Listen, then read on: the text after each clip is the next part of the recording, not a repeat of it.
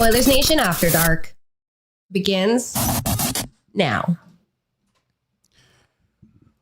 What a game. What a victory for the Edmonton Oilers tonight as they take down the Vegas Golden Knights 4-3 in overtime. Oilers Nation. Oh, easy, Brett. Click on the trigger. Overtime. We're excited. I'm Michael Menzies. This is Oilers Nation After Dark, a presentation of Bet365, where the early payout reigns supreme. Code Nation gets you in with deals. And I'm joined virtually by Oilers Nation Everyday co-host Liam Horban. Liam, wow. What a finish. The Oilers come through. The penalty kill gets a big kill. Bouchard wins it. What a game. What a game. And if you've been following along on Oilers Nation's Everyday's Bet365 betting challenge, you may think Jay has walked away with a sweet, sweet victory, getting a plus 1,800. However, somehow Evan Bouchard only had 2 shots on goal that game, and Jay misses it. But I reign victorious. I have now taken the lead in the Bet365 challenge, so I'm very happy with that. But very good game. Oilers probably a bit unlucky it even went to overtime, to be honest. With the goals Vegas ended up getting, and to be credit to Vegas, they didn't give up on plays, which is also a big part of the game too. But I thought pretty good road game for the Edmonton Oilers, obviously coming away with a huge 2 points. Too bad it went to overtime, but nevertheless, you came away with maximum points. Yeah, no doubt. They get a little bit more cushion here in the Pacific Division. It came right down to the wire. Brett, that was a what? That was a what tonight for Evan Bouchard? It was What was it? Overtime. Oh, overtime winner! Woo! I thought you were leading to something. You already did the overtime. I know, but I wanted you to get it. What can you say? Who misses their cues anymore? It's a cup year. Cup, yeah. We will be joined by Bordzy later on tonight, who I'm sure is part of a schwack of Oiler fans that are giving it to Golden Knights fans in the crowd, or being really respectful. Who knows? But an emotional win tonight. Let's check in with the chat. We've got a couple super chats here. D-Pal with $69.99 in support of the Ben Stelter Foundation. Thank you for that. Boosh for Norris. Cup year. Cup, yeah. Excellent stuff. Wow, the tension of these games. In this game, the Oilers never trail. Ultimately, they would get a 1-goal lead. Vegas would push back. I thought there were some interesting calls in this hockey game, to put it mildly. Some of the things that were called, some of the things that weren't called. We saw some major scrums, particularly at the end of the first period. Not a ton of scoring chances necessarily, but one that certainly resembles more of that playoff hockey. Well, I think the Oilers have shown, because if I remember correctly, the last time they played Vegas in Vegas, it was a fairly tight hockey game too, low event. I think it ended up finishing 3-1. The Oilers might have got an empty net goal or scored a late third goal, whatever it ended up being. And it's similar to what we saw in the playoffs as well. It says to me, if the Edmonton Oilers were to face the Vegas Golden Knights in round 1, and this is how the series plays out, then advantage Edmonton, because I think Edmonton has the guns to play a decent defensive hockey game when they commit to doing it. And even when they do have limited opportunities, they obviously have more game breakers than the Golden Knights do. We have our friend Ken Bulkey down in Vegas with Simbin Vegas, I believe it's called. He said the whole time, he's like, it's great that they got Mitch Marner, but they still lack some scoring. They lack some center depth. And I think it's very interesting, Vegas, because they have such an aura, as the kids would say, which was also an answer on Celebrity Jeopardy the other day. Michael, I don't know if you saw that one. Oh, no, we were watching Jeopardy at 4:30 as we do to get prepared for pre-gaming, and Jamie Ding is on like a 10-game heater. Yeah. But anyhow, I didn't catch the celebrity version, no. Well, Jamie Ding is whilst we're on the topic, we may as well talk about it. A foolish gamble on day 2, I think it was, $30,000 double jeopardy. There was no need for him to do that. He ended up getting through anyway. He's been pretty sensible the rest of the way. Also, maybe the most awkward Jeopardy winner. Absolutely. Day, Yeah. I would say. $272,000 are his winnings over 10 days so far. Yeah. I tell you Earned, what, not given. the officials were in jeopardy losing control of this game tonight. We saw Dickinson take a high hit, kind of a chicken wing hit, and Dickinson goes right back at Theodore, who didn't land the initial hit, but he goes after him, and we saw Donnybrook scrum. Would have been nice to see the gloves actually dropped, but Darnell is blowing kisses to the Vegas bench. There was a whole lot of that nastiness and that rivalry that we've seen obviously develop over the years and the postseasons that these two have played here recently. So I feel like that aspect of it it's not lost because, they call this penalty in overtime and what was 2-2 power plays before the call on Hyman. But you can think of multiple scenarios where, like, Kapanen was hauled down in the third period. There was, I've got a list of them here. Let me get to them. The Bouchard one on the second goal, Yeah, too. the second Vegas goal, Dickinson, Kapanen, which, look, the Oilers win, so great. We don't have to moan about that. But I just thought it was interesting because the standard really seemed to change after the call that was on Bouchard in the first period that was kind of like, where is it? To then, this was like tackling, throwdowns, and things were being allowed to go on. So the game really had a lot of layers to it in that way too. Yeah, it did. And I don't mind sometimes when they let them be physical and, engage in battles and everything. Like, I think that's good for the game. But when there's blatant trips, like, come on, just make the call. Like, the Kapanen one for me was a pretty obvious one.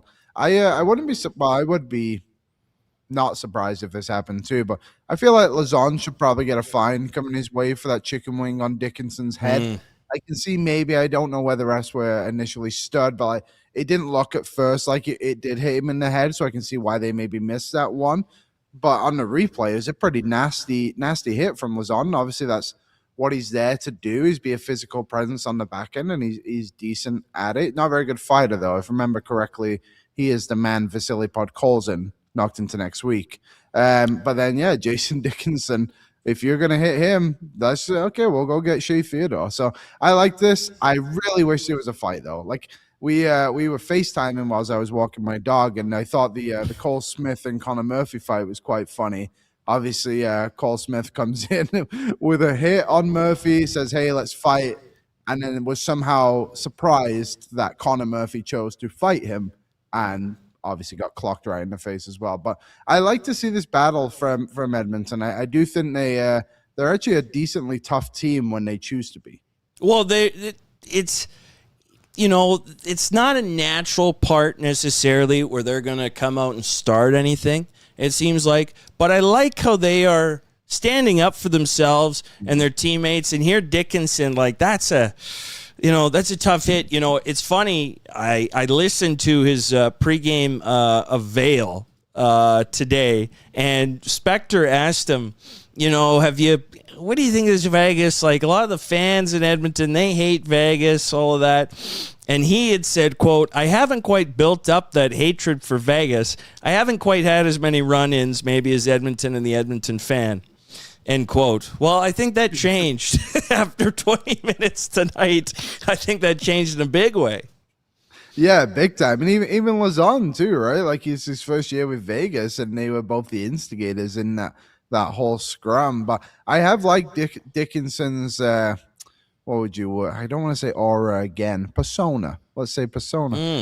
He's a lot more physical than I expected him to be. He's got good grit to his game, clearly not afraid to kind of engage and all that side of stuff too. I like him. There was obviously the moment as well when he should have had a great shot, but just decided to overhandle the puck and couldn't get off his stick. You can kind of see why he's only ever scored more than 10 goals once in the NHL. But he goes out there, he's willing to take defensive zone draws all game, block shots on the penalty kill, and engage physically. I think he's been a really solid ad for Edmonton, and the same with Connor Murphy too.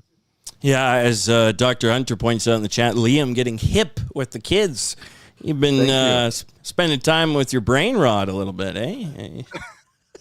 I've had 2 days straight at home. All I've done is this. Yeah, that's right. POV, you're at Liam's house. Let's get into your headlines, though. Let's hear a little Drizzy.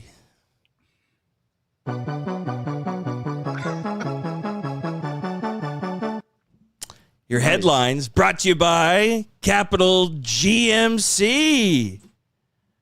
It's truck month. No, it's not the one. I have to scroll. Not yet. I get excited. It's Denali'ville, Capital GMC Buick. Okay, check out their top quality vehicles like their 2026 GMC Terrain Denali or the 2026 Sierra Denali Ultimate. Capital GMC Buick is Edmonton's high-volume GMC dealer and the #1 pre-owned dealer in Alberta. There you go. Headlines. What's the biggest headline takeaway for you, Liam, as you exit this game? Well, I'll say Connor Ingram. I thought he played really well for the Oilers tonight. And when you go back and look through those 3 goals he allowed, he made multiple quality saves, and Vegas just was able to get to the puck quicker than Edmonton were. I thought he did an amazing job, and his stat line probably wasn't as friendly. I don't even know what his save percentage ended up being. Probably like 885 or something like that, I would assume. Well, here's, again, evidence to kind of some of the craziness of the goals that went in. It was an .897, 26 saves on 29 shots for Connor Ingram.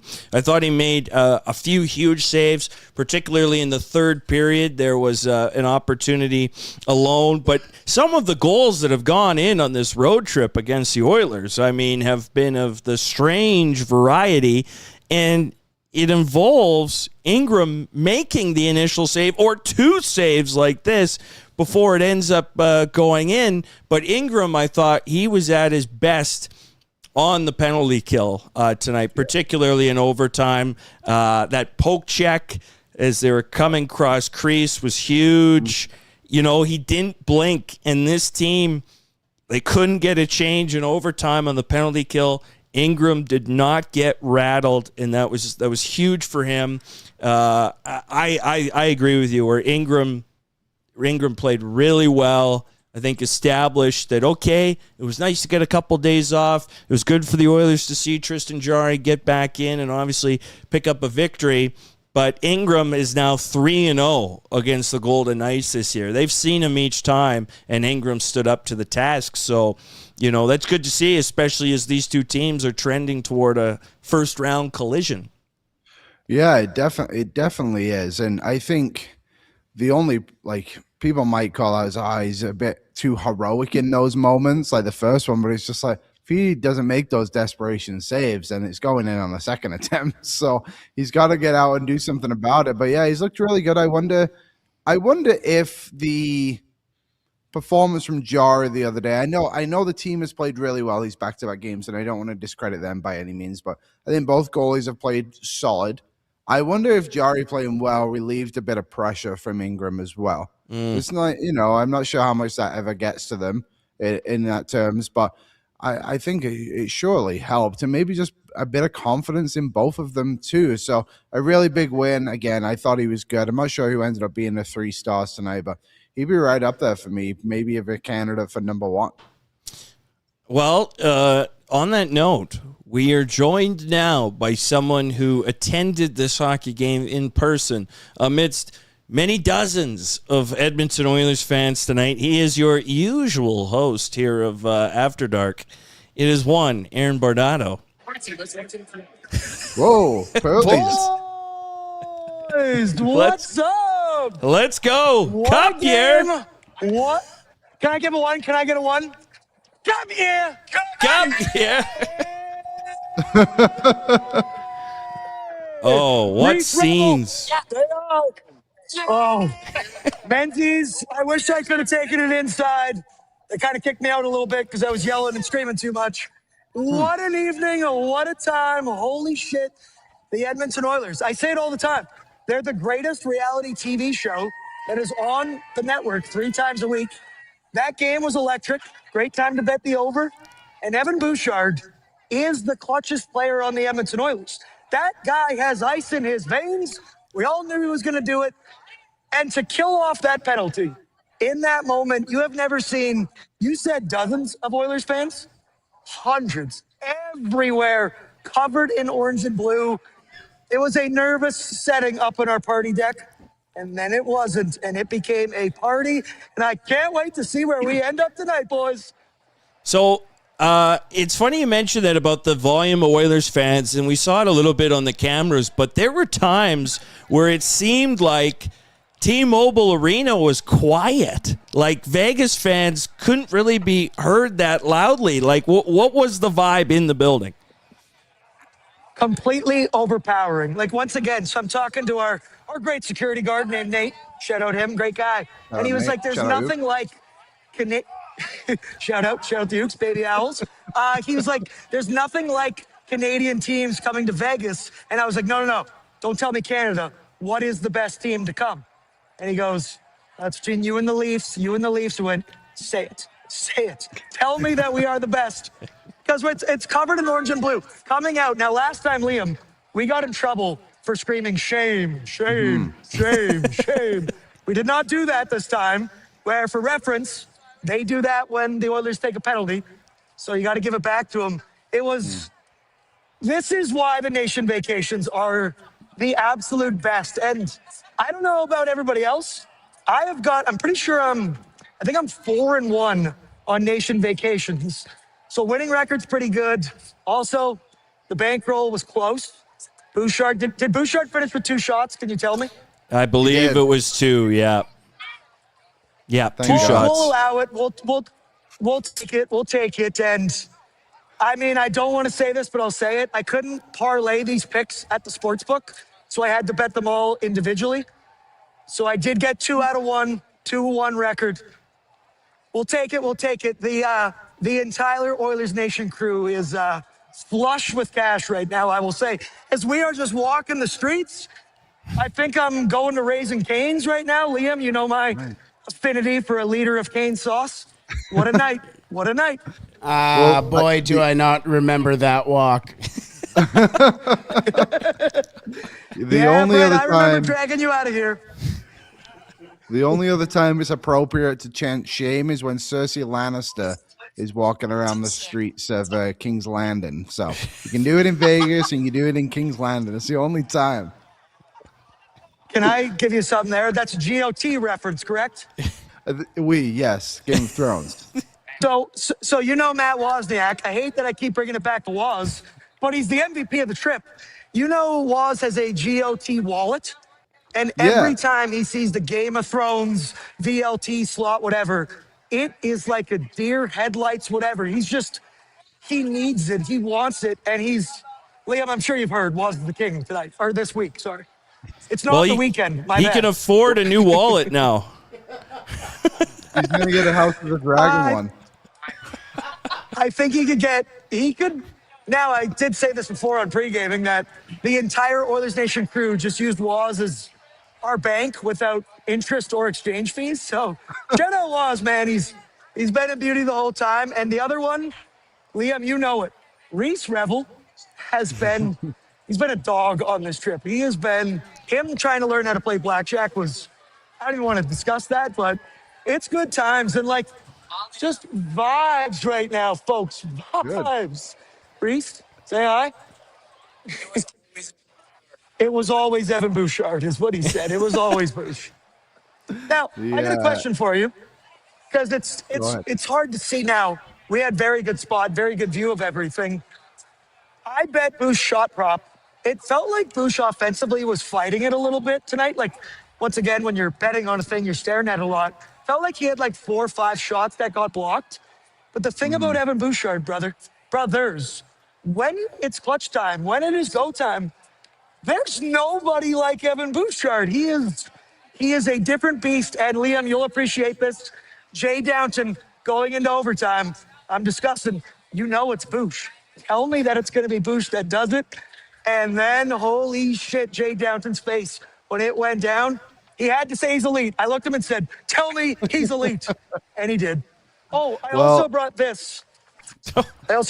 Hold on. So this is a Vegas Golden Knights game program. Right here, as you can see it. Oh, I wanted to boo. wipe my ass with this, so I'm gonna wipe my ass with this right now. All right, no sponsor. you go, Easy, guys. easy. There you go. There's the streak. There you go. Oh shit, let's throw it away. I didn't know you were gonna be. I didn't know you were gonna be Carrot Top with the props tonight.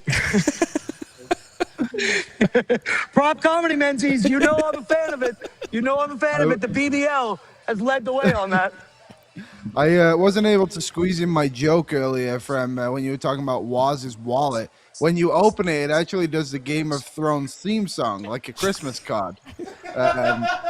So we can move on from that. I just wanted to get that out there.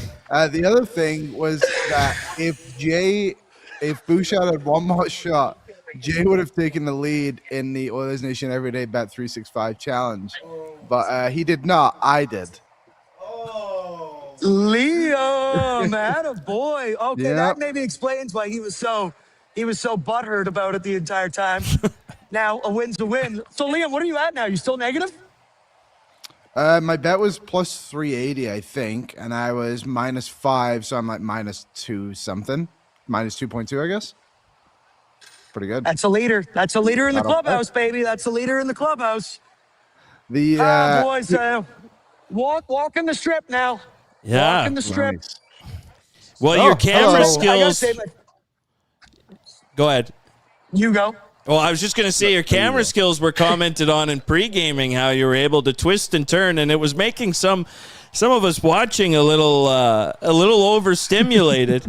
But I know you got Now, a steady hand on that camera. Menzie, I apologize for earlier. I didn't realize that these are noise-canceling AirPods. I didn't realize that rave was that fucking loud the entire time. But that's what you get in Vegas. Now we discussed it today on the sauce, and they're like, is it tacky in Vegas? Like all the lights, all the showmanship? Maybe if you want to say that. I love it all. I'm about all the bright lights. I'm a drama kid at heart. I love the theatrics of this entire city. But what I love more is going down those escalators, Liam, and you know it, and screaming, "Let's go Oilers." And just feels good to win. It is fun to win in that building. I've seen them win twice in that building. It's really good. But there's an interesting question which we'll have to get to. We can maybe just do the ad after, but I think this is important to discuss. Who's going to get the jeans tonight? I believe it's by Will Hawk Beef Jerky. I would assume Trent is in Vegas, to be honest, showing the world how good Liam? the beef jerky really is. Can I do the ad read? Please. I don't know it, so go ahead. Because only the finest tasting meat products earn that Will Hawk name, made from 100% Alberta beef. Their jerky is aged, seasoned, smoked, and marinated to savory perfection. They gladly fill orders of any size, and you can find their jerky, sausage, and other products exclusively out of their Leduc location. For more information, head on over to willhawkbeefjerky.com. Producer Brett knows. Now, jeans, it's tough because now I got to say this. Stuff. Little transparency, safe space right now. Second period, I had a moment and I went, I should probably drink a water or two right now. I should probably lock in a little bit. Things are getting crazy when it's completely free beer and food. Jeans? Reese, who do you think was the jeans cannon tonight? That's tough. I don't want to be negative tonight, but the jeans is like arguably my favorite segment that we do. What'd you think of the officials? Oh, okay. This was something that I wanted to ask you, dude. So there was a point Bouchard took a hook, trip, flash, whatever the fuck that was.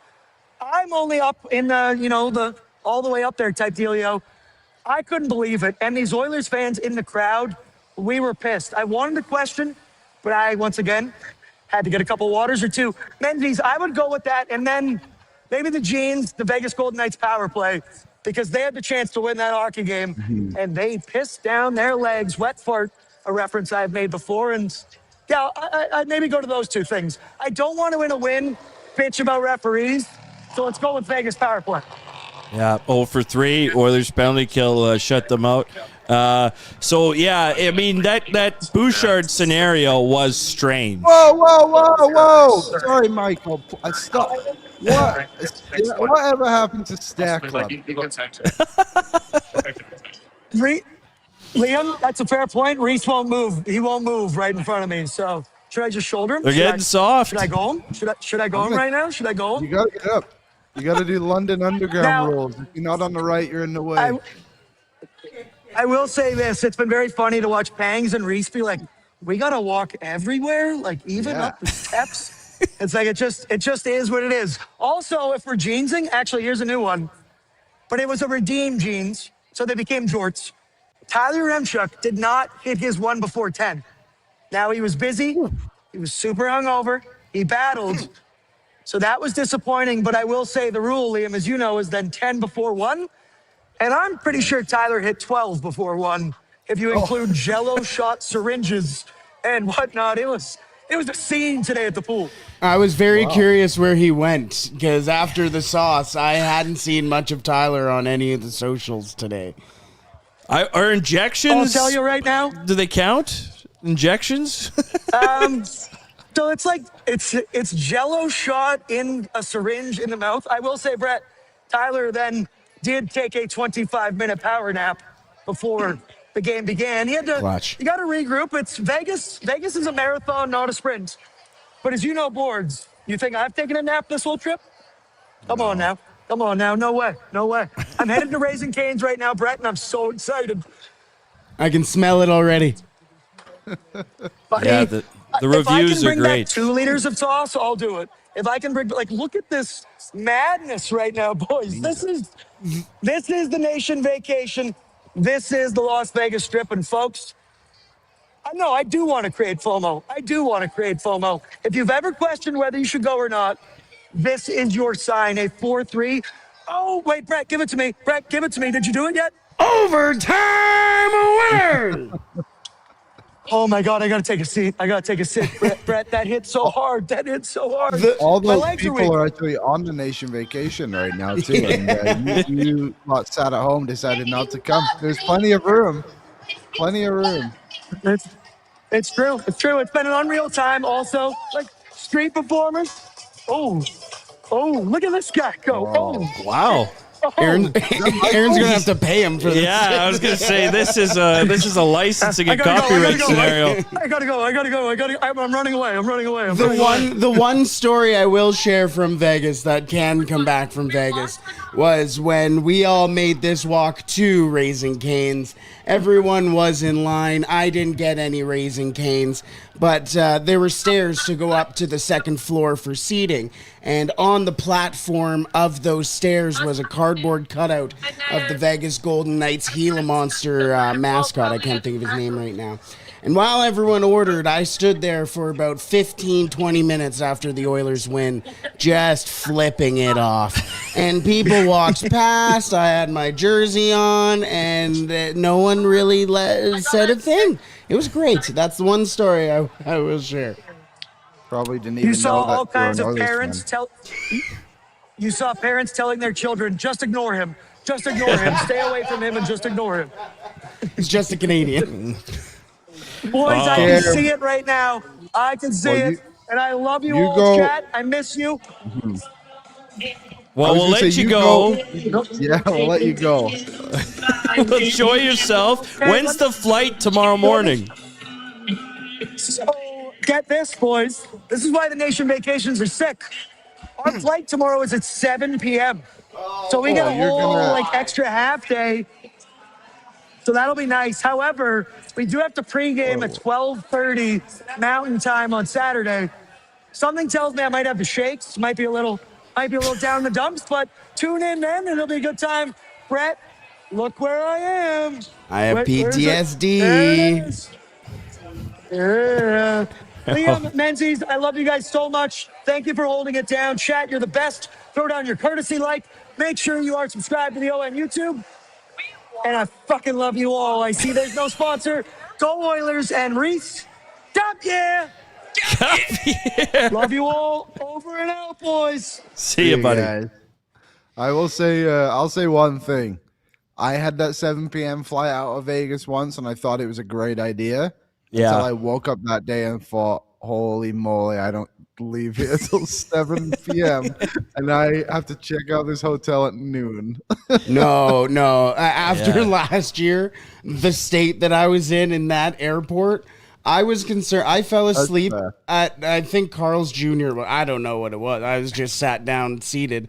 I had to lift my head up every 20 minutes just to make sure everybody didn't leave me. It was not pretty. Wow. They're having a fun time. And who can blame them?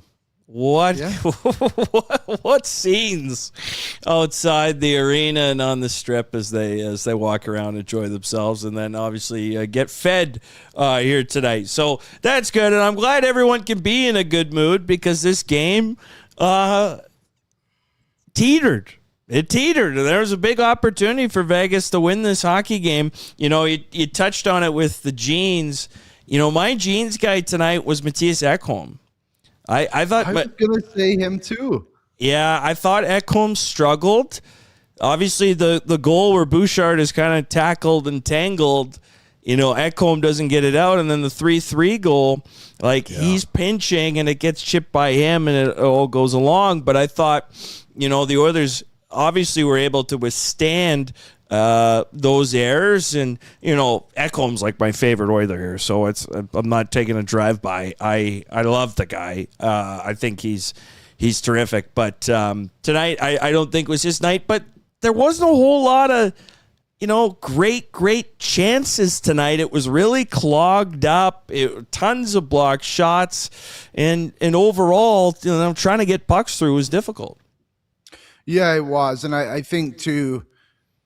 If I remember correctly, I think Ekholm took another tumble towards the end of the game too, when he was trying to keep it in the zone there. So it's fine, like you said. Like he's been really really good recently, and he just kind of stood out a little bit more today for his mistakes because very few mistakes were made. Edmonton actually only had 5 high danger chances at 5-on-5, according to Natural Stat Trick, and obviously ended up with 4 goals, made them count.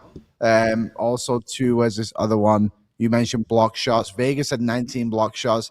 Edmonton had 14. Still managed to get 29 shots on goal apiece. But yeah, it was a good game. It did remind me of just like playoff hockey. And then you kind of remember like we're really close to the end of the season here. Like these games matter so much. Like was there 10 games left now or is there 9 games left now? 9, I believe now. This was game 72 tonight. So, you know, the Oilers get a little bit of cushion. So there's 2 points up now on the Vegas Golden Knights, and Anaheim comes back against Calgary late, and Granlund with a hat trick wins it in overtime. So the Ducks keep pace with the Oilers there tonight. So the out-of-towns, a big night for the Pacific Division, of course, because they were all playing each other.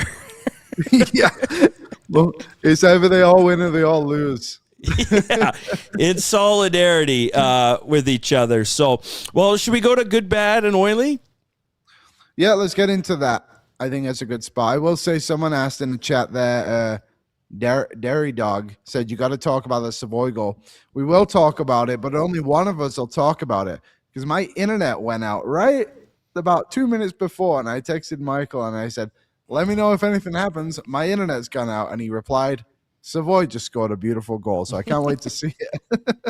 Yeah, this was game 73, as pointed out. I get by the Pope Luigi there. So it was good to see that the Pope's tuning in, and hopefully we've conjured up good spirits here recently. They're in the calling office. that guy in jail the Pope now? Hello. Yeah. I didn't know it got that far. Hello. Let's go to Good, Bad, and Oily, brought by Oodle Noodle, where when you download the app, order takeout or delivery, it's easy. And you can earn free Oodle Noodle by doing so. You can sign up for their loyalty program through the app. Customers get 1,500 loyalty points, which is a $15 value, by the way, just for signing up in the app. Of course, available at the Apple app and Google Play stores. And let's touch on Matt Savoy's goal. And Savoy continuing to create opportunities, playing alongside Connor McDavid in this game. Savoy now has points in 5 of his last 7 contests. And here, just a nice movement here. Szymanski was kind of near the net. He kind of is part of the clogged up scenario. And then Savoy gets it and rips it here. Wallman, we were losing it for Wallman on this chance because we had bet him first goal and any time for the wheel. And nevertheless, then Savoy gets this look and he makes no mistake. So here's your look at it. Beautiful. Honestly, not what I expected, I'll be honest. And not because I don't believe he's capable of doing it. We just haven't really seen him unleash his shot like that much this season.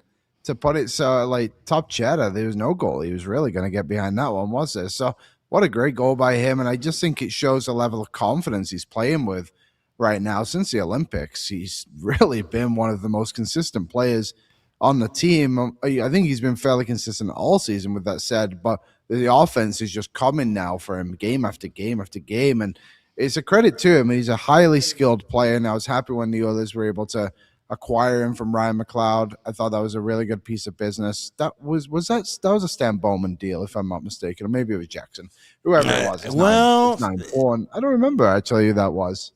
It might have been Jackson. Yeah, it might have been the one good movie made. Yeah, nevertheless, just on that goal too. Like, look at the way Savoy just bounces out into the open ice, makes himself available, and just shows the level of player he is. We had a question. Jay asked Tyler and I yesterday. He's like, do you think Savoy, if you have to give an over-under for next season, he said 24.5, would you take the over-under? And I said the over, because and Tyler questioned it just based off like power play time and everything, and that's totally fine. But I just think this kid is a really high-quality player, and I wouldn't want to put limits on what he's capable of doing.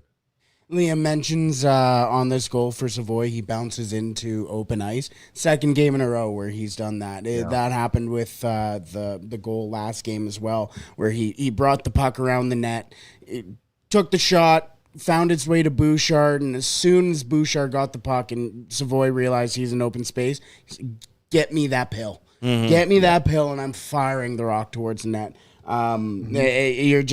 You're seeing Savoy just continue to score. It's nuts. It's very impressive. Yeah, well, and now he's got 30 points on the season, and 23 of those are even strength. So, the mention about the goal total will be interesting for the future, because I think the power play will have to be a bit more involved in that. We saw Savoy get moved off for Podkolzin, which I think it might make a little more sense having a shooter there. I kind of want to see Roslovic, but Savoy, we know he can impact the game with the penalty kill, and we know he can impact the game in a big way 5-on-5, because him and McDavid are really creating a lot of stuff. And that line, to be honest, the other lines played well. I thought Dickinson, had a couple looks in that line, had a couple opportunities, but were kind of victims to a lot of those shot blocks as well. And in order for the Oilers to really threaten and score, it had to be from the big guys tonight. Yeah, I did. I think just one other thing on Savoy game with Podkolzin on the power play. I think Podkolzin we just saw for Savoy have range, but I feel like Podkolzin has more power behind him. So I think they're just trying to find a Draisaitl equivalent, I guess. But I still like the Roslovic idea from what you were saying the other day on the O&E as well. But yeah, they what was the question? You said they have to rely on their top guys tonight? I mean, McDavid, it was one of those games that seemed like, because you get Hyman, who scores later on, McDavid scores. There were a few looks here and there for, more of the depth pieces, but it didn't really feel like that was the way that they were going to be rewarded tonight ultimately. And Savoy has moved, I think, from a quote-unquote depth piece to now an integral part of the offensive attack for this team. And I think it's less surprise. We're not so surprised when we're here. Oh yeah, Savoy scored a nice one again. Like, that is now part of his game, and it's good to see. Yeah, it is. And again, not to take everything back to O&E, but I'll do it again. We were talking about when Draisaitl comes back, if that second line continues to play well, do you mix the idea of like, hey, like why don't we put Draisaitl with McDavid for the time and see how that goes if we can still have this balanced scoring? And the assumption from people was like, oh well, Savoy will just get moved down and Podkolzin will stay. I was like, no, I think Savoy's the one who probably deserves to sit on that line more. He's proven. I think both those guys, Podkolzin and Savoy, have both proven that one of them, well, they can both play with McDavid, of course. We've seen it now on many occasions, and Draisaitl too. But like, Podkolzin can kind of drive a line in a way and create offense himself. I'm not sure Savoy's there yet in his NHL career, and I think he's just smart enough to play with those two players, and that's why Hyman's been able to have the success he's had over his time in Edmonton. I think Savoy could take similar reps in what Hyman did over his time too. So yeah, it's the forward group I think overall is just playing well, but I think you're right. The big guys needed to show up tonight, and that Hyman goal too. We haven't really mentioned it. Really great play by him to strip Braden McNabb and slide that one in.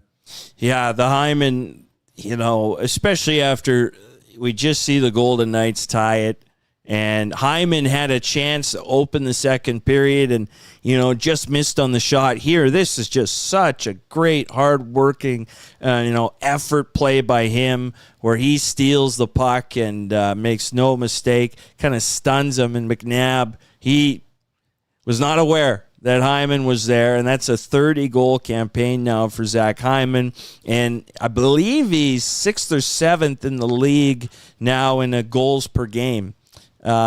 He's been climbing in that category, and obviously because he missed the first month or so to the season. But Hyman, he makes a play here, puts the Oilers ahead, and what a move. Yeah, and I think too, credit to his line mates there as well, and Nuge and Roslovic, both of them work just as hard as well to try and get that puck back and create an opportunity. Roslovic's it's not part of his game, really, is it? It's not his identity to go and get pucks. It's something that people have called him out on throughout the season. But I thought he did well, and he just shows too. I think the team is coming together at the right time. I would have liked to have seen them come together, during training camp, and then game one onwards would have been nice. It would have been a much more relaxing season. Wouldn't have had to call out the coaching so many times, but they seem to be starting to figure it out, nevertheless. Yeah, I do want to mention, because I forgot to mention, if you do want to leave a voicemail, it is pinned to the top of the chat through the SpeakPipe website. So there you go. Read into that. What year did Draisaitl get injured against the Kings? Do you remember the year of that one? 22, the first long playoff run, I believe. 2022. Yes, that's right. Okay, I'm just trying to do some quick things here, but if I'm remembering correctly, after Draisaitl came back, he did, yes. After he came back from his injury, or once he got injured, I guess you could say, that's when he kind of was locked in next to McDavid, and that's why I'm suggesting maybe they might go back to that if this was happening here, because someone mentions like, well, we've already seen it doesn't work, but we've seen it a lot with Hyman. What does that look like with Savoy? Yeah, I'll be interested to see how it all plays out, but I like the Oilers when they play separately, when they each have their line in general. Are you saying when they come back, or when Draisaitl comes back for playoffs, do you think they might anchor him with McDavid because he might not be 100% healthy?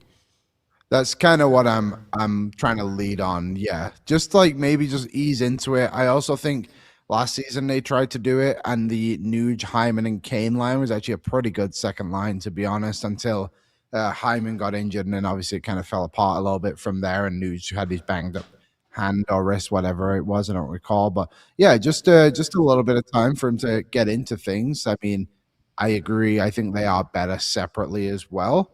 But it all depends, too, on how these other lines kind of trend out here. But it's a good problem to have if your players are playing well, and then you're like, oh, we have one of the best players in the league coming back. Maybe we'll put him next to the other best player in the league. Well, one thing I'll say is that, and credit to Chris Knobloch here, is that he kept the lines together that worked in Utah, and they worked again. And so, you get to see, I thought like I said, Dickinson, he wins that face-off in overtime was huge. Let's touch on the other big part of this for the Oilers' victory, and I think that's the penalty kill tonight. Going 3 for 3, and obviously the kill in overtime where it was, they were gassed. Murphy a little unlucky on his clear out of the zone where the puck was bouncing, so it couldn't go the distance down the ice, and everybody had to stay. And they're, scrambling to stay in lanes and staying disciplined, and Ingram's fighting pucks and poke checking. And I thought that was just a real spirited effort there. And then they create the rush chance after the penalty kill expires. Hyman comes out of the box, but the Nurse play then leads to an offensive zone draw, which allows them to score. And if you think of the rush in the third period where the Oilers were up 1, were 3-on-1 again, but maybe got a little too cute with it, and on the next play, Vegas goes down and scores. This was the reverse of that turned the tides, and ultimately for 2 points. Yeah, and I would agree. I think it showed a lot of maturity, didn't he? And guys like Connor Murphy, the reason you were brought in was for moments like this, to be on the penalty kill and block some shots, clear some pucks, do whatever you need to do to prevent it from going in the net. I mentioned it much earlier in the show, but Connor Ingram, great poke check on the penalty kill as well.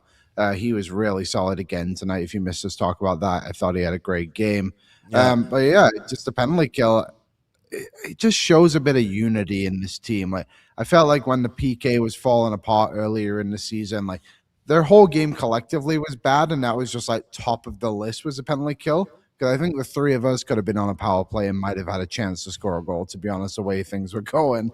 And I don't know about that. I know you're a Hart and Hustle Award winner, but still. I block shots. I'll block the shots and get it up to you guys. We're on the power play, Brett. We shouldn't be blocking him. Shit. You're trying to block our own shots. We're never going to score. We're just knocking it down. Yeah. But, good penalty kill nevertheless. Well, and it had been 3 straight games where they had allowed a goal. The penalty kill had, so it was nice to have a tidy night, and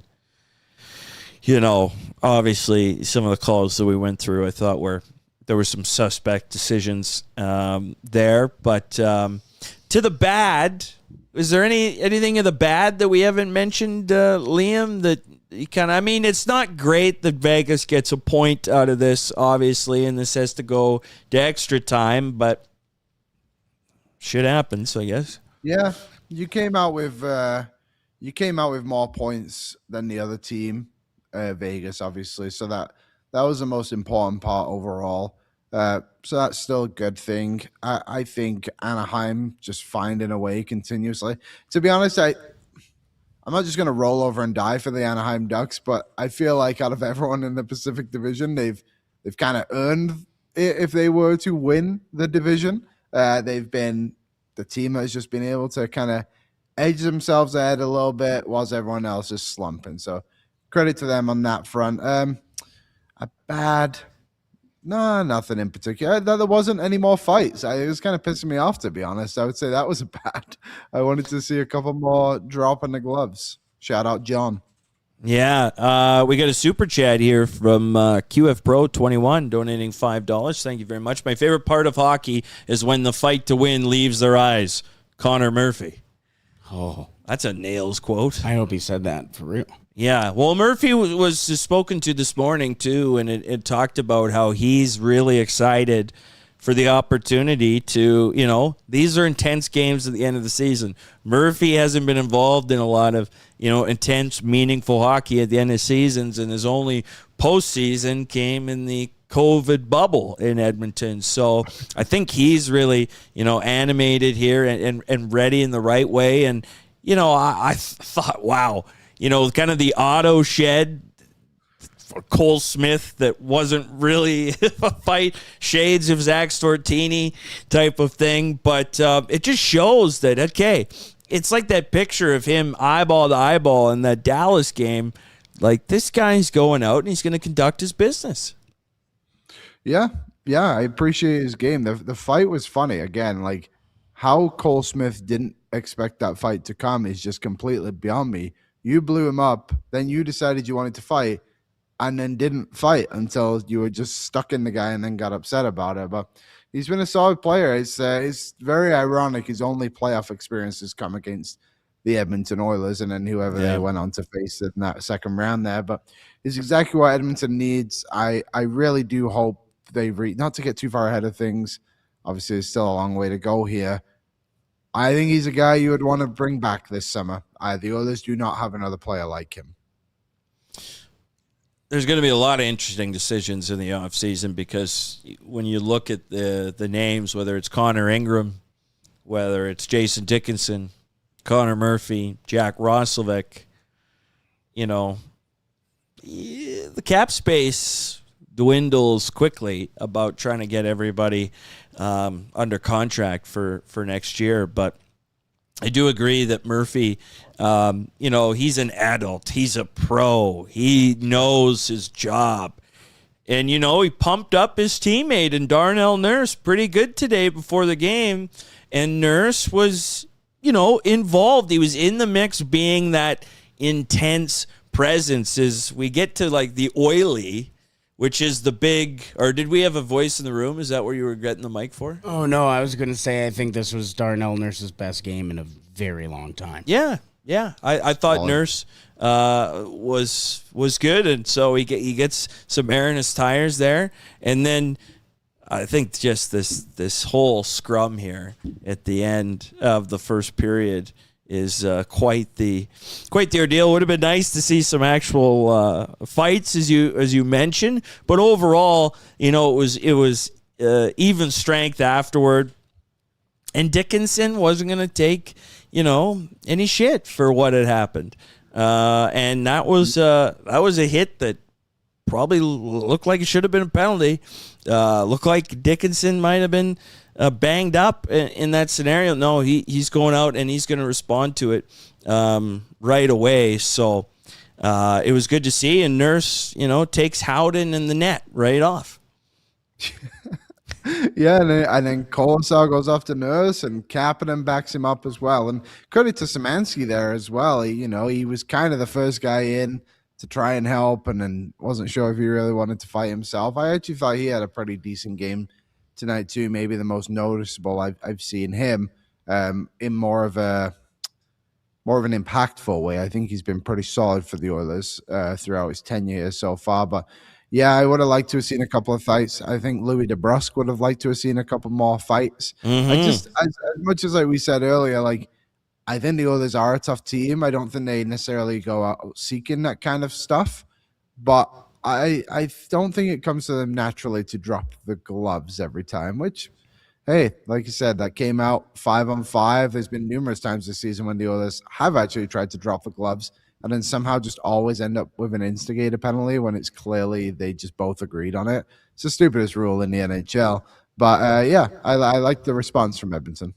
Yeah, it's and it's very playoffs, the kind of scrum that isn't a fight, that face washing, here, smell my glove, here, sit down, you do this. It's all that playoff type of scrummage, that Florida Panther type of game, right, where or they're going to try to draw you into something too. So another super chat just pouring in from L.A. Canuck. Yeah. Wasn't able to watch, but glad to see the win. Hoping the gel is happening, like Liam said, at the right time. Carl, thanks for the donation, $20. Is the gel happening? Seems like it. It seems like it is. But every time I talk positively about the Oilers after they win 2 games in a row, they just go on to lose terribly in the third game. So I don't want to get too far ahead of myself again, because after the Colorado game, we were asked, do you think the Oilers are back? And in that moment, I honestly did. I felt like that Colorado game should have been such a signature victory for them. And then they laid an egg against Dallas and then couldn't come away with 2 points against St. Louis either. So I hope so. I don't even know who they play. They play Anaheim, I think, next on Saturday. We got a trap coming here this Saturday matinee, because you allude to, everybody knows about this whole, they can put together a couple games in a row, this is all the makings of a sleepy start, is all I'll say. But I'm not, like, again, team back, not back. Are they where they were? Well, here's the thing, and this is why I was, maybe more optimistic than usual on Tuesday when we did O&E. And it was just saying, like, obviously this season has been flawed. They're flawed, right? They've had glimmers, they've had glimpses. But the one thing about it is that the streaks, at least when they haven't been good, have not been long either. They've been very, jolt up, jolt down type of thing. And so we know this game is there, and it feels very much like kind of the smart-ass kid in class who is like, do I really need the study for the test? And then his parents find out, you haven't been studying for the diploma exam? And it's like, well, it's still a couple weeks away. It's like, yeah, but you better get it going here because you got to be ready for this test when it starts. So, they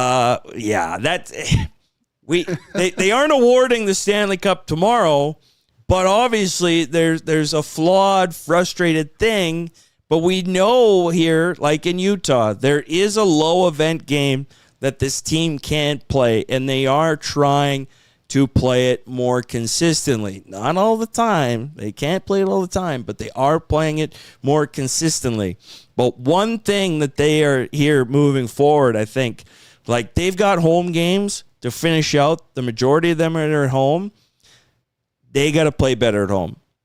Especially, you could be hosting the Golden Knights in the first round. You're going to want to make use of home games, obviously, if you go on any type of run. And that's been the calling card of this Edmonton team through the postseasons. They haven't been a strong home team in the year 2026. But they have been strong at home against the Pacific Division. And their overall record against the Pacific is now 12-5-3. And that is what is keeping them in the pillow fight. Yeah, they're in the pillow fight. The pillow's getting firmer and firmer every swing too. It's not a bad pillow right now for them. But last time they played Anaheim at home, obviously that was the famous Beckett Seneca game. He was actually the only player that played that night, according to Amazon Prime. But either way, the Oilers did take care of Anaheim that night. I think it was more the power play that damages them more than anything. I think actually Granlund, funnily enough, after getting a hat trick tonight, got a hat trick that game as well. So look out for him, I guess. No one mentioned him on the Amazon broadcast. It was just Beckett Seneca. But you're right. It's been really weird this season at Rogers Place. They're just not, it's the whole season in general, but they just look effortless some nights and not in a good way. Like I went to the Kings game a few months ago now. I guess it would have been before the Olympics. And it was just very flat. But going into it, there was a lot of positive storylines. Like Connor Ingram had been playing really well. I believe it would have been another game where they had a chance to win 3 in a row, and they just squandered it away. So it's another good opportunity for them here to get the gap closer between them and Anaheim. But Anaheim's no joke. They're like you said too, it's a 1:30 game. So I wonder if it's one of those, like, it must be a theme game, I would assume too. So hopefully a positive theme night. It's Cold Lake Day.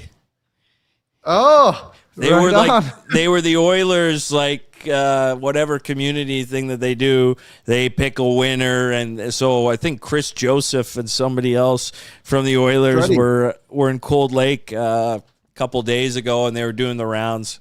Is it Cold Lake? What was that? The Pilots? What were they called again? The Wings would have been the team that you and I covered one game. Yeah. The best run organization in hockey. Unbelievable. The stories they could tell there.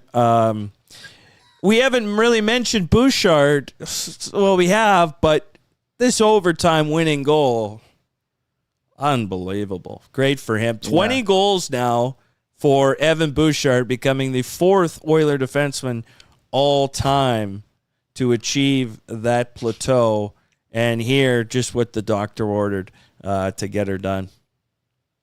Yeah, that was a really good goal by Bouchard. It was kind of funny. I watch on Sportsnet Plus, and I had my laptop open on the vMix, waiting just in case. I wasn't sure what was going to happen, and Brett was already at the computer, and it was probably a good Brett, 45 seconds to a minute before I realized the others had won. So, Oh, yeah. a bit of a delay minus the cable, but great face-off win as well. Look at that sally from McDavid. I did not see that, but Bouchard stepped up in the absence of Draisaitl. People questioned it when Draisaitl went out. Is how will Bouchard respond? It's like he responded in the way he's responded all season to everyone who's doubted him. He continues to produce, and he continues to be one of the best defensemen in the NHL. And there was a great video today. I believe his name was Mike Kelly.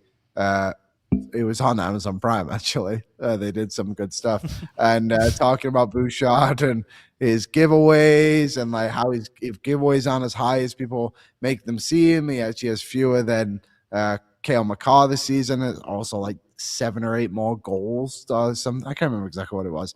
His stats were better than Makar, and I think Werenski as well, and should really be in the Norris conversation. And it's moments like this where you step up for your team, again, when a star player like Draisaitl is out, and you get the goal and you send your team home with an extra point in what was a very important divisional game. Big time. Bouchard is now 11th in league scoring. Wow. 84 points. That's 2 more than Kyle Connor, 4 more than the $17 million man, Kirill Kaprizov, amongst others there. You've got to, he's got to be this has got to be like the best scoring defenseman for the Oilers in a long time. Probably since Bouchard did it, whatever his last total was. But this has got to be like one of the best outside of like the Coffees, I would assume. Well, so yeah, I believe like the top 8 Oiler defenseman scoring seasons are Paul Coffey and Evan Bouchard. But 20 plus goals. Can you name the last Oilers blue liner to score 20? Wasn't it Sheldon Surrey?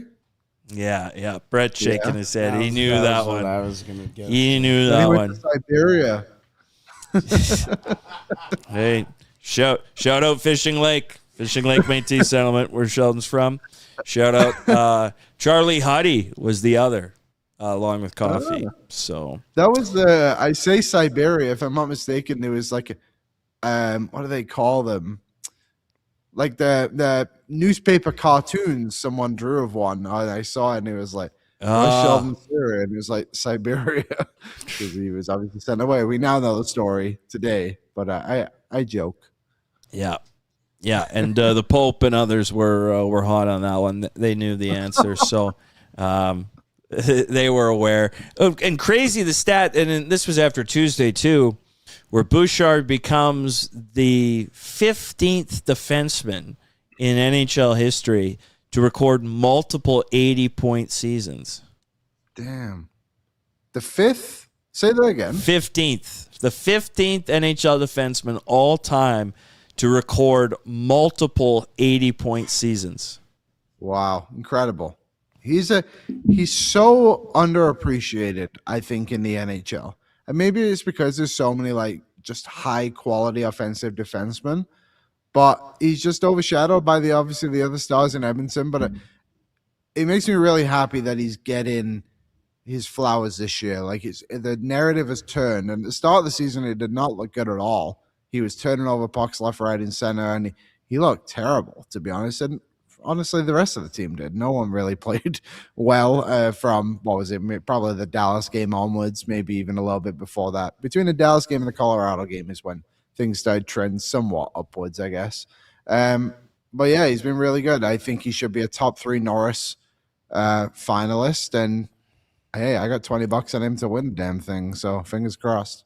There you go. If you're curious on who do you think is the most 80-point seasons as an NHL defenseman all time? I would assume Coffee is got to be up there, but I would also say I feel like Carlson doesn't have as many as I would think. Am I right in saying that? No, I think he's in them. Yeah, I think he's on that list, but this guy has 10. Coffee. I'll say Coffee. It's not Coffee. No. Who is it? Raymond Bourque. Probably should have been that would have been a good guess. 10. He was pretty good. Damn. He was pretty a good player. Yeah. He was a good player. Pretty good. So, Evan Bouchard, a good night. Connor McDavid, quiet, another milestone. No big deal. 800 assists now in the NHL for him. It's old hat, as we know. 400 goals and 1,200 points achieved there on Tuesday. So you could say it was a meaningful milestone road trip for McDavid. Now, the overall points lead is back neck and neck. Nikita Kucherov and Connor McDavid are tied at 121 points each. Seattle beat Tampa tonight, actually, in overtime, 4-3. So the Kraken finding a way. But this scoring race is pretty compelling. Yeah, it is. And I think Kucherov, I think he should win the Hart this season, to be honest. I think that Tampa team has gone through quite a lot of injuries as well. And he had a slow start to the season. And again, it's just progressively got better and better. It was a crazy stat when they were coming into Edmonton. It was like in 27 games, maybe it wasn't quite that low. It was like maybe 40 games. He had like 60 points. And then obviously he had a 4-point night against the Edmonton Oilers. And I said this on numerous shows, so not to be repetitive, but he's so underappreciated and undervalued for how good he actually is. Like, he's right up there with McDavid. To be honest, I think he's probably a better player than McKinnon. And no one really talks about him that highly. Like, I know everyone says like, oh, he's a top 5 guy. I was like, I think this guy's like top 2 guy, top 1 guy on his day. Well, I said that on After Dark after the Colorado game.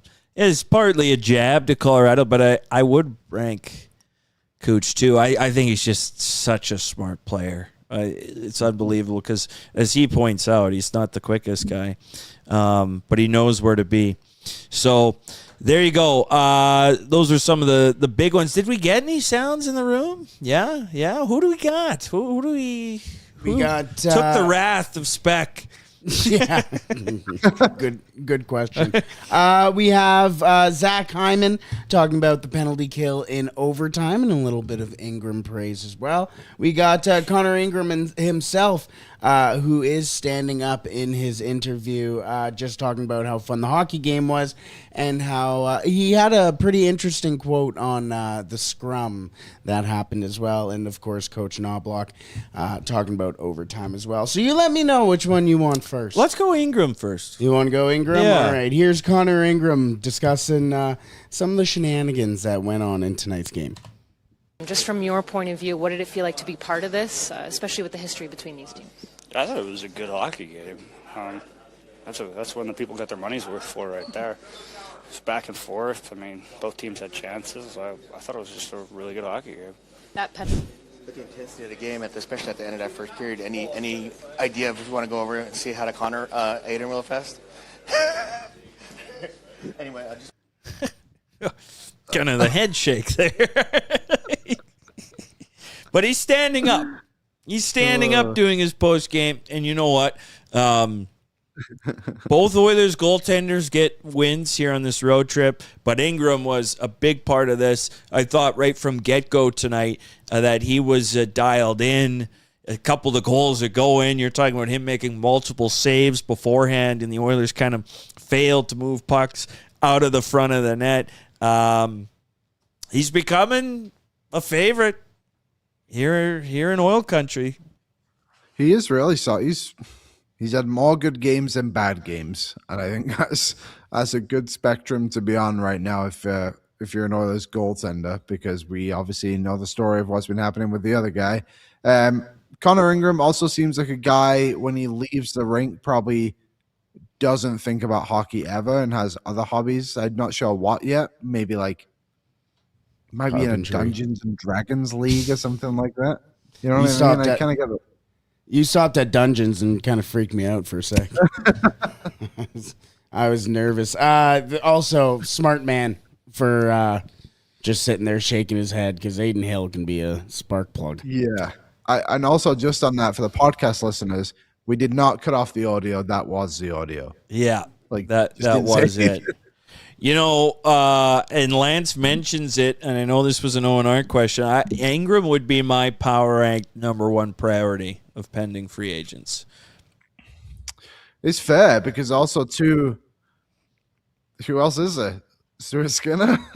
Well, that's just it. Like the free agent market is so nothing. Like there isn't a whole lot out there to get. And I know there's a push to bring Kosa in. I've seen, what if we get Kosa? What if we do this? Well, I don't know. Then you're rocking a Jari. A lot of these can be hashed out on ONR and ONE and other shows that begin with ON. But I think on ONAD, I'll just say that Ingram's been performing well. And you're going to start him Saturday, right? Yeah, definitely. Yeah. Let Jari be in this backup role and don't overshoot. Yeah, and you know what? I can sense there'll be a Chicago game for Jari. And we'll see if the spirits continue to reward the work that we've done here in order to redeem him. I was saying on pre-gaming, Liam, that the Utah game was as nervous for a game as I've been because I'm like, please, Jari, just perform after what we've done. And then the double deflection goal goes in, and I'm like, no. Maybe that was it, though, the last curse. Work it out of his system. Yeah, he was good. Although I will say, I feel like he should have stopped that puck from getting to the front of the net on the second goal. But that was the other game. This is tonight's game. Oilers won. Boom, boom. I'm curious here, Zach Hyman, who scored his 30th goal of the season for his third 30th goal campaign of his career. Obviously a big play, and I'm sure he felt bad in the box, but I'm curious what he had to say. Guys being out there for especially that extended time, what did that do for you guys? I mean, it's the game. It's massive kill. I was once in the box, so I was cheering him on, and it was just massive. 2 minutes, not easy, obviously. I thought Ingo played phenomenal. I thought he made a huge save at the end of the third there on Hannafin. And then, he's got to be your best penalty killer, and he stood tall, and those guys just worked it out, man. Yeah, so there's Hyman. Like, I didn't think it was a penalty in overtime after what we'd seen. The team, I won't say bailed them out because you just pick up your teammates when you have situations like this happen. That's what good teams do. And hopefully the penalty kill can, again, continue to gain momentum. But Hyman, he had some looks tonight and was able to create on something that shouldn't have been a look. It was because of his hard work that it happened. He's an infectious player, isn't he? And he's the type of player, like you said, like you're not really getting bailed out, you're getting picked up. And I feel like Hyman's a guy you always want to pick up because he's got your back no matter what. So, yeah, he helped the Oilers out big time tonight and just continues to be an unreal player for them. Someone put it in the chat before, like Team Canada's biggest snub. It's funny because it's probably not him. It's probably his teammate, Evan Bouchard. But either way, there's also that other stat too. I think it's since like December 11th or somewhere around there. He has the most goals in the NHL. So he's again quite an underrated season for Edmonton, considering, he came back from a significant injury as well to start the year. So how can you not be happy with Zach Hyman? Had a Zach Hyman thing, and as soon as I pulled the mic to my mouth, you were saying some stuff in the room tonight. I was saying some stuff. Yeah, in the you were room saying tonight? some Hyman stuff. Yeah. I'm a huge Hyman fan. Yeah, you were fired up. I don't up. remember what I was going to say now. I apologize. There you go. Ingo. I mentioned this. The Ingo nickname for Ingram. I think Ingram and Kingram, they make a whole lot of sense, but in the room it's Ingo. And it just seems like a dog's name, And Ingo was his name. You know what I mean? Someone said Inigo Montoya. Ooh. My name is Inigo Montoya. You killed my father. That's a pull. There you go. We got Knobloch. Here we go. What did Knobloch have to say here? Penalty kill in overtime and how important that was, especially with the extended time that those guys were out there. That was a long one. We couldn't get a change. In overtime, you have the long change, and unless that puck goes all the way down, you can't get off. And those three, Murph and Nursey and Nuge, I thought they did a pretty good job. We gave up a couple shots, but they were on the perimeter. So for 5-on-3, I don't think they could have killed that any better. You often need your goaltender to also be your best penalty killer. What did you think of Connor Ingram, especially during? Yes, he made some saves on the penalty kill, but I don't think any save was bigger than the one he made with about 4 or 5 minutes left. We had a little breakdown in the defensive zone. There's a guy all alone at the net, and he threw out his blocker to make a big save. And if he doesn't make that, we don't get any points, most likely. So, it's Connor's, another solid game from him tonight. There you go. You can tell Knobloch's fired up. What an ugly logo they have over that graph. It's just so big. Like, we have a nice little tidy one. They just, damn, I forgot to put the credit on here. I'm just gonna something slap tidy, this. like just nice, just tidy, like this. You're saying? Yeah. Imagine putting a credit over something like that. Yeah. I don't know if you saw, but Zach and I had the same shirt on. I did not see that. That's just good brand management. No, I meant that I wore his shirt, and then he was shirtless, and then we traded halfway through. We shared a shirt. It was a strange. Yeah, you had to be there. Hey, we had to mix it up. I didn't have pants on. I didn't get the memo. Yeah, I thought it was a bottomless party, not a topless party. Well, we know they're gambling and at the casino in Vegas. We were playing strip poker before, so things got a little out of hand. My Uber's gonna be pissed. There we go. Pants. Don't put your bare ass in the leather. It's okay. I tried on Zach's pants, but I was allergic to the button in between, so I couldn't wear his. Rocking the tighty whities. Story just seems too real. You got a riff. Our Sounds of the Room are brought to you by Dog Patch, and I think Saturday is going to be the move to check out Dog Patch's brunch. You got an Oiler matinee at 1:30.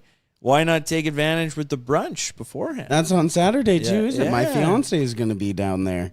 Totally forgot about that. So if you want a meet and greet, meet and greet at Dog Patch. Wow. Now the entertainment value has just gone up that much more. So good to hear. Is there anything else? You got to do truck month, Michael. I got to do truck month. Okay. Quit yelling, Dad.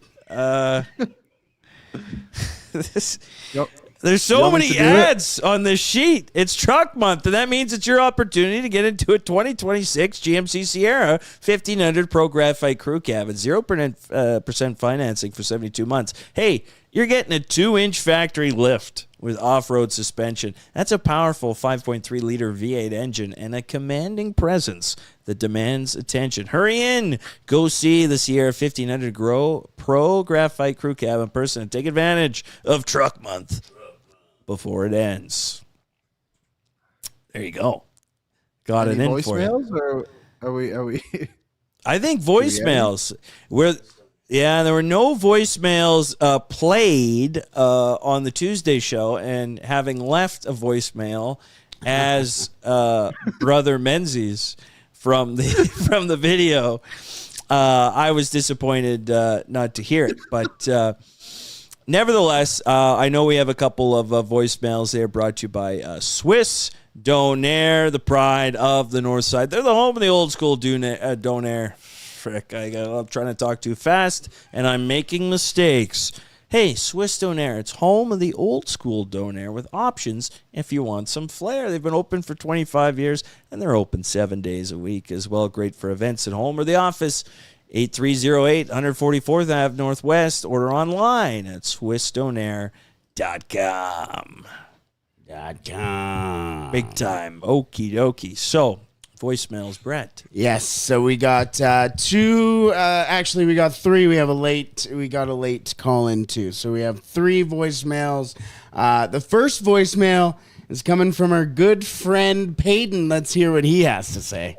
Fucking God. Yo, Menzies, do it with me. Evan Bouchard scores! It's Evan Bouchard, and the Edmonton Oilers have beaten the Vegas Golden Knights in overtime. Up here. Bouchard scores. Oh, man. I love it. I know it grinds your gears, though, Liam, doesn't it?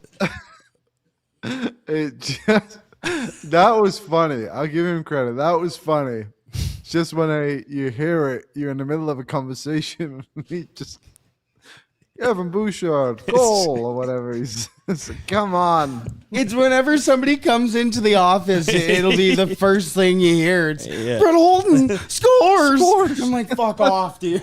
I just walked in. Yeah, Cuthbert could be replaced by Peyton. He's gunning for his job. Yeah, clearly. I can resonate because there are many times I'm watching a game where I will just turn into Bob Cole. It's like, yes, sir. Just start going off. Hey, Mackinac. So, good stuff. Voicemail. Next one coming in from, I think this is the second time that we've gotten a phone call from Harry. Let's listen to Harry. Abolish Gary points. The Vegas Golden Knights are hack fraud losers. That is all. Cup, yeah. Harry. I say no points ever for a loss. If you lose, you go away with fuck all. If you win in overtime, you get 1 point. If you win in regulation, you get 2. That's how you get your points. Yeah, and I mean, they'll never change it. You know, I built like 3-2-1 point system standings yesterday, and it doesn't change that much this season. But what it does, and why Bettman will never do it, is because then there'll be hardly any playoff races. Things will be settled way sooner. Blah, blah, blah. You get the LA Kings with 20,000 loser points. Yeah. And all that. But Vegas, they've been honing in on the loser points this year. That's been Oilers are actually quite high in regulation wins amongst the NHL, if I'm not mistaken. They were fourth in the West. So in the West right now, they're still fourth. They have more than Minnesota, Vegas, Anaheim, Winnipeg, Seattle, Nashville, St. Louis. The only teams that have more than them are Utah. Oh, they have 27, by the way. Utah have 28. Dallas has 33. Colorado, 42. Yeah. Crazy. Yeah. The Wild have gone to so many overtime games this year as well. I think they lead I think them and the Kings are neck and neck for extra hockey, as it were. So we had one more. We have one more, one final voicemail. This one's coming in from Father Menzies. Oh. Brothers and sisters, we have worked diligently to redeem a lost soul. We have worked together and rallied the spirits of the hockey gods to redeem Tristan Jarry. Now, there were funny things that happened with the puck. There were ricochets. There were bounces. There was crease sliding into the parking lot type of maneuvering. But nevertheless, Tristan Jarry, he is working on the path to better and brighter. We will redeem Tristan Jarry. Redeem him. Redeem him. We got to get a t-shirt. Yeah. What number is Jarry? 29? No, he's not 29. What number is he? 35? 35, yeah. Number 35, and then just redeem him underneath. I think that's what we need. Redeem him. We could even make the 35 part of the redeem him. Oh. Yo, we might be making merch right now. Yeah. Let's go. Get Cornelius on the phone, Liam. Uh-oh. Yeah, all corny. Get him on the horn. I'm sure he's not busy. All right, before we go, I'm just gonna do a quick rundown on all the ads. You want to just do a quick checklist? Sure. All right. Capital GMC. Yep. Noodle Noodle. Check. Yep. Prairie Toyota dealers. That's the one we have to do Prairie right now. Toyota dealers. Well, let me tell you, if you're looking to dominate off the ice as much as your team does on it, you got to check out the Toyota Tacoma. Its standard I-Force engine boasts an impressive towing capacity of up to 6,400 pounds. In fact, it's the most powerful Tacoma ever. Whether you're hauling gear to the rink or heading to an away game, you can tackle it with ease. The available panoramic multi-terrain view monitor gives you a live underfloor view to navigate even the toughest terrain with ease. Experience power, capability, and convenience with the Toyota Tacoma. There we go. We got that one in. Nice quick read.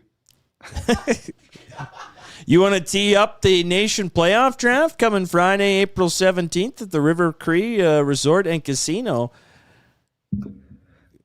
Sure. Yeah, the Nation Playoff Draft Party. It's going to be a lot of fun. This is a big money, big stakes sort of thing. It's $1,000. You bring a team of you and your 7 of fellow friends. If you don't have that many friends, you got to expand your net. Build your playoff roster, outdraft the competition, and battle all postseason for $2,500 cash and Nation Glory. All the proceeds are going to support Kids Sport Edmonton. You can sign up today at nationgear.ca. That sounds like a good event. I bet the hosts will be very good. Yeah. At least 3 of them. It'd be fun. Big money playoff drafts are a treat. I really do enjoy them. Bigger stakes. You're gonna like, which team are we backing here for a playoff draft? Because I don't believe you don't sprinkle on multiple teams. You're tackling like 1, maybe 2 teams you're picking from. You're trying to gang up because you want to win. That's the name of the game. I don't care if I finish 9th out of 29 teams. You know what I mean? You put your chips on one horse and away you go. Yeah, you kind of got to. It's good to go 1 east, 1 west, typically from the ones I've tried to do, and obviously lean more one side if you think that team's got a good chance of winning. They're fun though. You're right. I haven't done one for a few years, especially a big money one. But this should be a great event, and the River Cree really does have it all. To be honest, you can join us at this, and then you can go see what other activities they've got. I will say, great pizza at the River Cree. Great Big time. Yeah. Wise Kyle says, thanks, Menzies. I already know I had no friends. I'm not trying to twist any knives here. I'm just saying, Mm-hmm. I think there's a lot of friends here in the chat that you could team up with. They plugged the Discord. You join the Discord, you got 200 more friends right there. Yeah. There's a big Discord, apparently. Yeah. I can't spell Discord, so. No. The reading. EIS Cord. There you go. There you go. You're going to have O&E tomorrow with Zach? O&E with Zach. We have Stephen Ellis on the show. Obviously, the Western Hockey League playoffs begin tomorrow. So when Tyler's away, I get to talk about what I like to talk about, which is not the Edmonton Oilers and basically everything else. So I'm excited to do that. The Vs take on the Seattle Thunderbirds in their first ever Western Hockey League playoffs. So that'll be really exciting. The Kelowna Rockets won first overall today, though, in the WHL draft. Yeah. They had the Lethbridge Hurricanes pick. So from the Caden Price trade, I believe it was. So they'll have a shot at probably Madden Deneau or Parker McMillan, likely first overall, one of those two. So that'd be exciting. I guess technically the Vancouver Giants did win the draft lottery because they went up from, I think it was 4th to 2nd, but then also got 4th because they had 2 picks in the top 4. So they worked out pretty well for them.